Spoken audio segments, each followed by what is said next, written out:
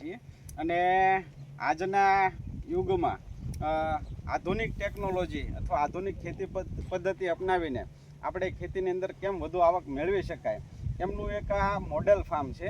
તો આ મોડેલ ફાર્મની મુલાકાતે આપણે આવ્યા છીએ અને ખાસ આ જે ખેતી પદ્ધતિ અહીંયા અપનાવી છે એ ખેતી પદ્ધતિ બધા ખેડૂતો સુધી પહોંચે એમના વિશે આપણે થોડીક આજે વાત કરવાની છે.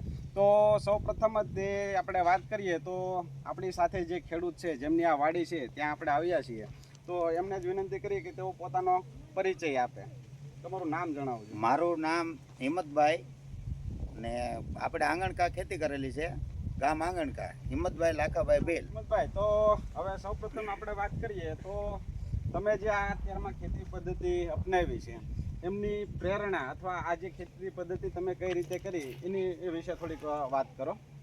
સૌ પ્રથમ તો અમે લોકભાતથી કહેવી કે કૃષિ કેન્દ્ર ટૂંકમાં આ બધા સાહેબોની મુલાકાત કરી. એ સાહેબોએ અમને બધી સલાહ આપી. વારંવાર અમે એની સલાહ લઈ ને પછી આ બધી ખેતી એના કહેવા મુજબ બધી ખેતી અપનાવી ટેકનોલોજી ને એના કહેવા પ્રમાણે હાલ્યા. ઓકે, તો આપણે જે આપણું આ જે જમીન છે મતલબ આ એરિયા છે એ કેટલા વીઘાનો છે? આ અંદાજે 4 વીઘા જેવો છે. 4 વીઘાનો.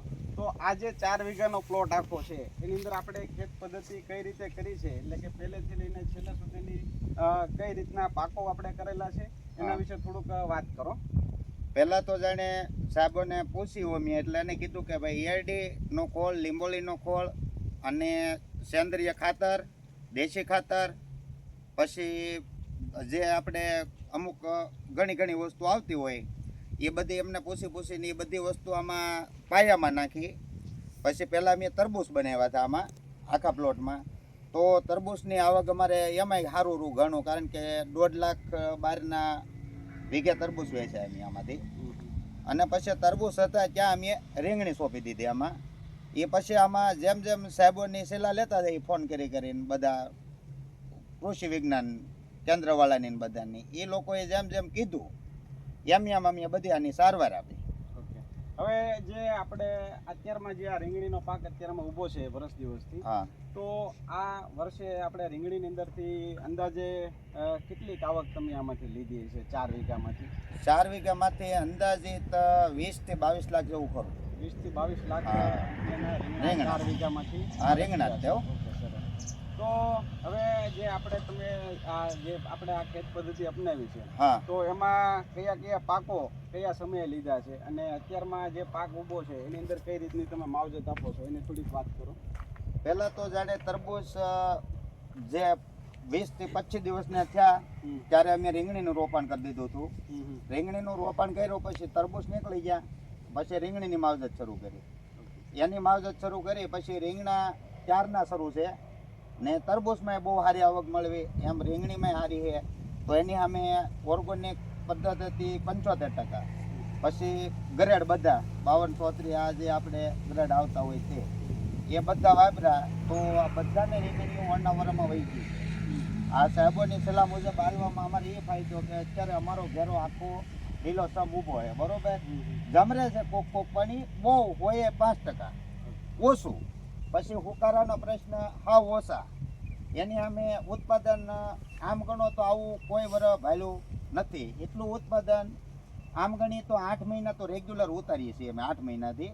તો 8 મહિનામાં અમારે કોઈ થોડોક સમય એવો આવ્યો હતો ચોમાસામાં કે ઓછા રીંગણા ઉતર્યા. બાકી તો 50 મણ 60 મણ 70 મણ 50 મણ 60 મણ 70 મણનો વારો દર વખતે નીકળે. ઓકે, ખૂબ આભાર હિંમતભાઈનો કે જેમને આપણને આજે જે આપણું મોડેલ ફાર્મ છે એના વિશે થોડુંક વાત કરી અને રીંગણીના ખેતી અથવા મિશ્ર પાક પદ્ધતિ જેમ કે ટેટી, તરબૂચ અને એની સાથે રીંગણનો મિશ્ર પાક પદ્ધતિ કરીને 1 વર્ષની અંદર કેમ વધુમાં વધુ આપણે આવક મેળવી શકીએ એમનું એક ઉત્તમ ઉદાહરણ છે એમને અહીંયા આ ગામની અંદર પૂરું પાડ્યું છે. અને આ જે મતલબ આધુનિક ખેતી પદ્ધતિ છે એ બધા ખેડૂતો સુધી પહોંચે અને એ આ પદ્ધતિ જોઈને મતલબમાં આગળ વધી શકે અને બીજા ખેડૂતો પણ આ રીતે પાક પદ્ધતિ અપનાવીને પોતાના ખેતરની અંદર વધુમાં વધુ આવક છે એ કઈ રીતે મેળવી શકે એમનું એક આ ઉત્તમ ઉદાહરણ છે એ એમને પૂરું પાડ્યું છે. તો ખૂબ આભાર હિંમતભાઈનો. કે જેમને આજે એવી ખૂબ સરસ આપણે ખેડૂત મિત્રો માટે માહિતી આપી છે. ખરખવાયેલું છે. રીંગણા દેખાડતા ભૂલે ગઈ. નમસ્કાર એ તો હું લઈ લેવા આજે હવે લીલી તો એ કટિંગ કરી મૂકશે. ઠીક વચ્ચે એડિટ કરી નાખીએ. તમે જ બતાવો બે. હા અમારો ફોટો લઈ લો ને આનો વિડીયો. આપણે